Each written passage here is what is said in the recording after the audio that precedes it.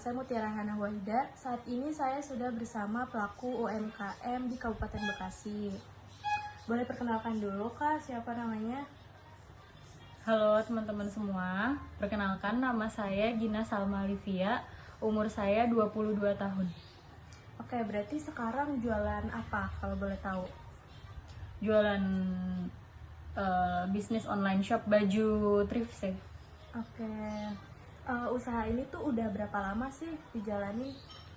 Jujur aku baru mulai usaha ini tuh sekitar 2 bulanan. Baru konsisten ya, karena dulu sih sempet jualan online shop juga. Terus off lama, nah sekarang udah baru mulai konsisten lagi, kurang lebih 2 bulan ini. Oke, thrift ini yang dijual apa aja sih? Kalau aku sih lebih dominan ke kardigan, ke atasan-atasan cewek yang gemes-gemes gitu lah. Pokoknya yang buat Gen Z zaman sekarang. Dari sekian banyaknya bisnis, kenapa bisnis thrift ini yang dipilih?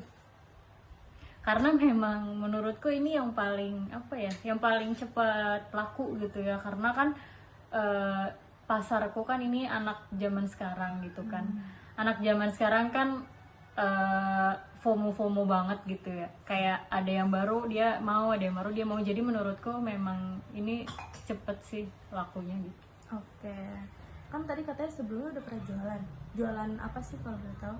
Sebelumnya tuh jualan tas, jualan kerudung gitu, tapi ya memang online shop gitu. Oke, berarti belum ada toko kayak gitu enggak? Belum punya. Oke, sejauh ini tantangan terbesar atau tantangan terberat yang pernah dialami itu apa? Tantangannya sih kurang lebih masih agak susah manage uangnya ya waktu awal-awal.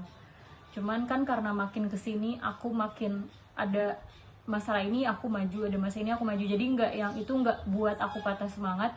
Jadi alhamdulillah aku juga udah banyak belajar gitu. Sejauh ini gitu. Promosinya itu pakai media online kan ya? Itu pakai apa aja? Instagram aja. Instagram, TikTok, WhatsApp, story WhatsApp gitu. Oke. Usaha ini kan online. Apa ada kepikiran pengen buka toko atau apa gitu? Pengen buka toko sih kayaknya sejauh ini nggak ada pikiran gitu ya. Belum gitu. Ya belum nggak tahu belum, karena masih nyaman di online sih menurutku, karena lebih seru juga jualan online, kayak nge-live di TikTok. Kita nge-live di rumah aja, yang nonton kan dari mana-mana ya se-Indonesia gitu kan, ketimbang kita buka toko diem gitu kan, tapi yang datang cuman dari orang situ-situ aja gitu. Kalau menurutku lebih efektif untuk jualan online sih, karena jangkauannya lebih luas. Iya.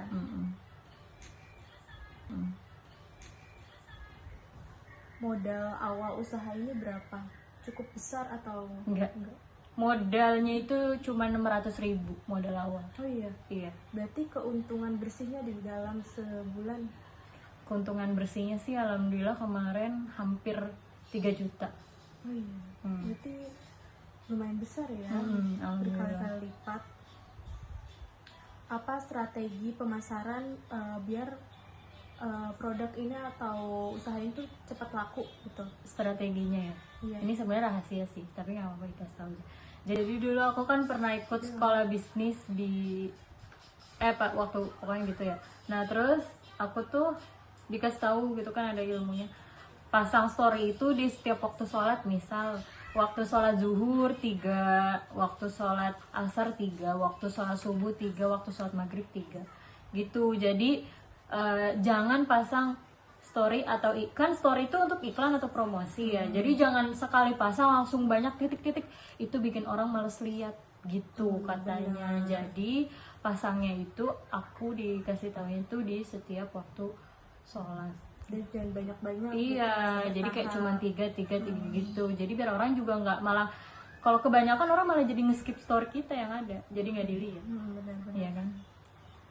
Harga produk ini tuh dijual kisaran harga berapa sampai berapa? Sekitar 20 sih kalau aku. 20.000 sampai dengan 100. Itu 100 udah paling mahal ya? Iya, udah paling mahal, udah paling bagus. gimana sih sistem distribusi barangnya, atau kayak customer datang ke rumah buat ambil barang atau apa? Kalau customernya jauh, itu kita kirimnya via JNE, JNT atau via Wahana ya sejauh ini, karena kan Wahana juga ongkos kirimnya murah. Tapi kalau customer yang deket kayak dia mau minta untuk COD atau home visit ke rumah, itu juga bisa. Gitu, berarti fleksibel aja. Iya. Ya. Sebelumnya boleh tahu nggak udah berumah tangga atau Udah berumah tangga. Oke.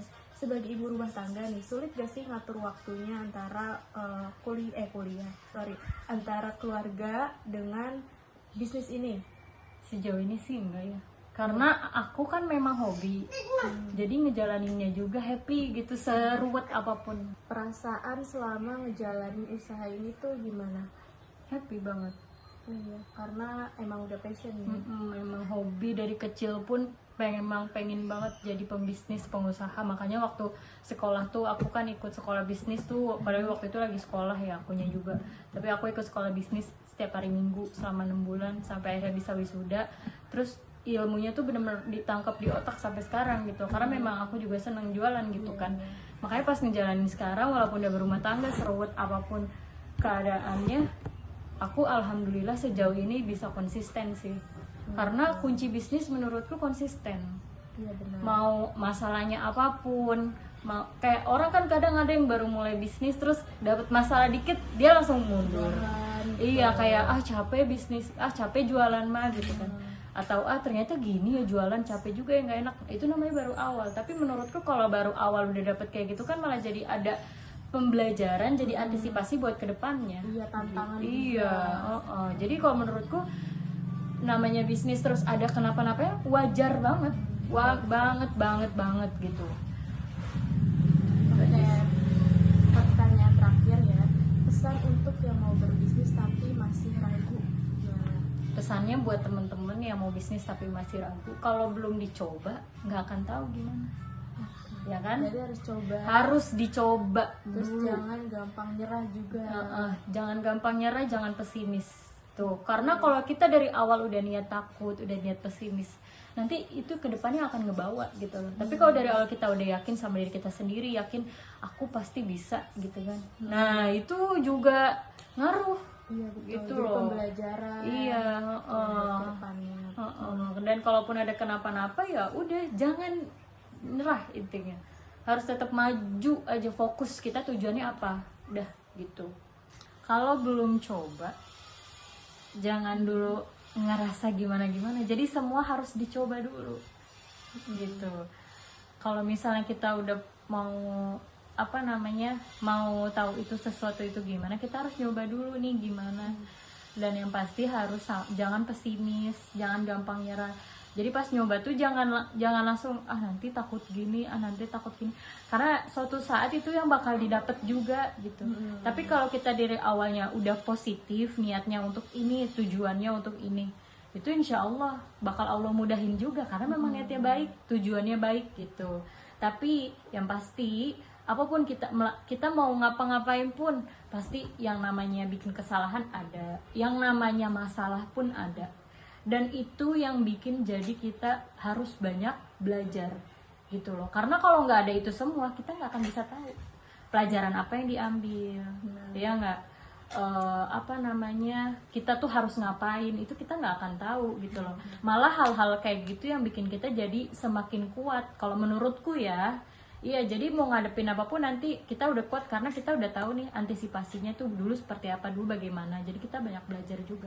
Gitu sih. Jadi pokoknya buat temen-temen di luar sana yang udah mau coba bisnis, coba dulu, jangan pesimis, jangan pantang menyerah. Pokoknya harus dicoba lah gitu. Dan yang pasti harus positif pikirannya gitu. Oke. Fokus, itu sih intinya fokus, jangan belok kanan kiri. Ya gitu. Karena pada dasarnya usaha itu pasti ada tantangannya, ya kan? Nah, Setiap iya, orang selalu juga beda-beda. Iya, selalu tantangannya itu pasti ada aja, tapi ya itu tadi Gimana harus kita ngadepinnya gitu. Oke, saya rasa cukup untuk wawancara kali ini. Terima kasih Kak Gina. Sama-sama. Terima kasih semuanya yang udah nonton. Wassalamualaikum warahmatullahi wabarakatuh. Dadah.